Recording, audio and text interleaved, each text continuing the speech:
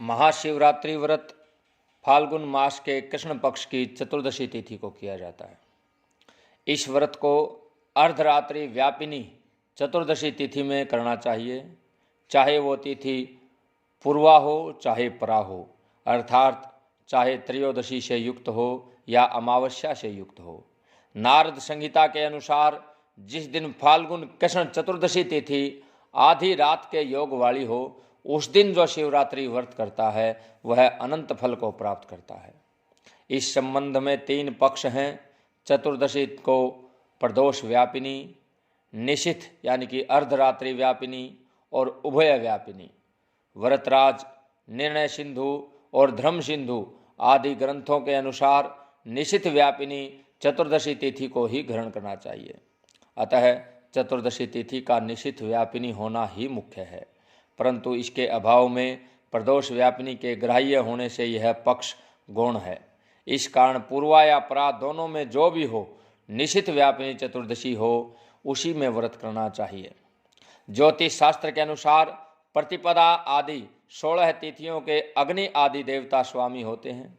अतः जिस तिथि का जो देवता स्वामी होता है, उस देवता का उस तिथि में व्रत पूजन करने से उस देवता की विशेष कृपा उपासक को प्राप्त होती है। चतुर्दशी तिथि के स्वामी शिव हैं अथवा शिव की तिथि चतुर्दशी है। अतः इस तिथि की रात्रि में व्रत करने के कारण इस व्रत का नाम शिवरात्रि होना उचित है। इसलिए प्रत्येक मास के कृष्ण पक्ष की चतुर्दशी में शिवरात्रि व्रत होता है, जो मासिक शिवरात्रि कहा गया है।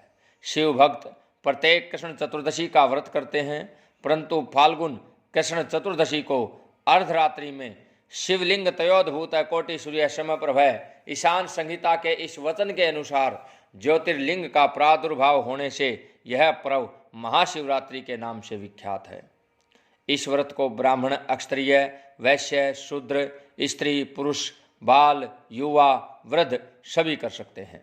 जिस प्रकार श्री राम, श्री कृष्ण, वामन भगवान, नरसिंह जयंती या प्रत्येक एकादशी का व्रत हरेक को करना चाहिए, उसी प्रकार महाशिवरात्रि को भी सभी को व्रत करना चाहिए। इससे न करने से बल्कि दोष लगता है। शिव पुराण की कोटि रुद्र संहिता में बताया गया है कि शिवरात्रि व्रत करने से व्यक्ति को भोग और मोक्ष दोनों ही प्राप्त होते हैं।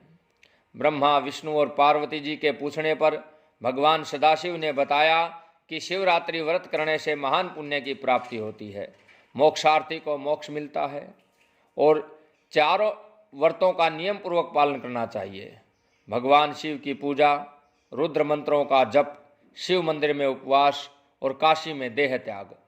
शिव पुराण में मोक्ष के 4 सनातन मार्ग बताए हैं। इन चारों में भी शिवरात्रि व्रत का विशेष महत्व है। यह सभी के लिए धर्म का उत्तम साधन है। निष्काम अथवा सकाम भाव से सभी मनुष्यों, वर्णों, आश्रमों, स्त्रियों, बालकों तथा देवताओं के लिए यह महान व्रत परम हितकारक माना गया है। प्रत्येक मास के शिवरात्रि व्रतों में भी फाल्गुन कृष्ण चतुर्दशी में होने वाले महाशिवरात्रि व्रत का शिव पुराण में विशेष महात्म बताया गया है। परंतु एक प्रश्न है कि रात्रि ही क्यों? अन्य देवताओं का पूजन, व्रत आदि जबकि प्रायः दिन में होता है, तब भगवान शंकर को रात्रि ही क्यों प्रिय हुई और वह भी फाल्गुन कृष्ण चतुर्दशी तिथि ही क्यों?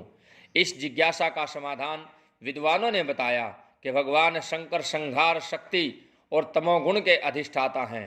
अतः तमोमयी रात्रि से उनका लगाव होना स्वाभाविक ही है। रात्रि संहार काल की प्रतिनिधि है। इसका आगमन होते ही सर्वप्रथम प्रकाश का संहार, जीवों की दैनिक कर्म चेष्टाओं का संहार और अंत में निद्रा द्वारा चेतना का ही संहार होकर संपूर्ण विश्व संहारिणी रात्रि की गोद में अचेतन होकर के गिर जाता है।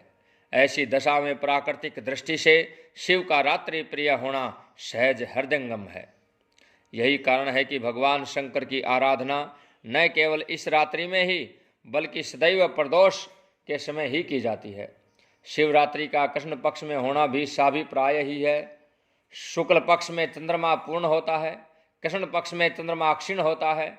उसकी वृद्धि के साथ साथ संहार के संपूर्ण रसवान पदार्थों में वृद्धि, अक्षय के साथ साथ उनमें क्षीणता होना स्वाभाविक और प्रत्यक्ष है। क्रमशः घटते घटते वह चंद्रमा अमावस्या को बिल्कुल क्षीण हो जाता है। चराचर जगत के यावन मात्र मन के अधिष्ठाता उस चंद्र के अक्षीण हो जाने से उसका प्रभाव अंड पिंडवाद के अनुसार संपूर्ण भूमंडल के प्राणियों पर भी पड़ता है और उन्मना जीवों के अंतःकरण में तामसी शक्तियां प्रबुद्ध होकर के अनेक प्रकार के नैतिक और सामाजिक अपराधों का कारण बनती है। इन्हीं शक्तियों का अपर नाम आध्यात्मिक भाषा में भूत प्रेत आदि है और शिव को इनका नियंत्रक माना जाता है। दिन में यद्यपि जगत आत्मा सूर्य की स्थिति से आत्म तत्व की जागरूकता के कारण तामसी शक्तियां अपना विशेष प्रभाव नहीं दिखा पाती, किंतु चंद्रविहीन अंधकारमयी रात्रि के आगमन के साथ ही वे अपना प्रभाव दिखाने लगती हैं। इसलिए जैसे पानी आने से पहले ही पुल बांधा जाता है, उसी प्रकार इस चंद्र अक्षय यानी कि अमावस्या तिथि के आने से सद्य पूरा हुई उन संपूर्ण तामसी वृत्तियों के उपशमनार्थ इन वृत्तियों के एकमात्र अधिष्ठाता भगवान आशुतोष की आराधना करने का विधान शास्त्रकारों ने किया है। विशेषतया कृष्ण चतुर्दशी की रात्रि में शिव आराधना का यही रहस्य है। अब प्रश्न है कि फाल्गुन कृष्ण चतुर्दशी का रहस्य क्या है। जहाँ तक प्रत्येक मास के कृष्ण पक्ष की चतुर्दशी के शिवरात्रि कहलाने की बात है, वे सभी शिवरात्रि ही कहलाती हैं और पंचांगों में इन्हें इसी नाम से लिखा गया है। परंतु फाल्गुन की शिवरात्रि महाशिवरात्रि के नाम से पुकारी जाती है। जिस प्रकार अमावस्या के दुष्प्रभाव से बचने के लिए उससे ठीक एक दिन पूर्व चतुर्दशी को यह उपासना की जाती है, उसी प्रकार अक्षय होते हुए वर्ष के अंतिम मास चैत्र से ठीक एक मास पूर्व फाल्गुन में ही इसका विधान शास्त्रों में मिलता है, जो कि सर्वथा युक्ति संगत ही है।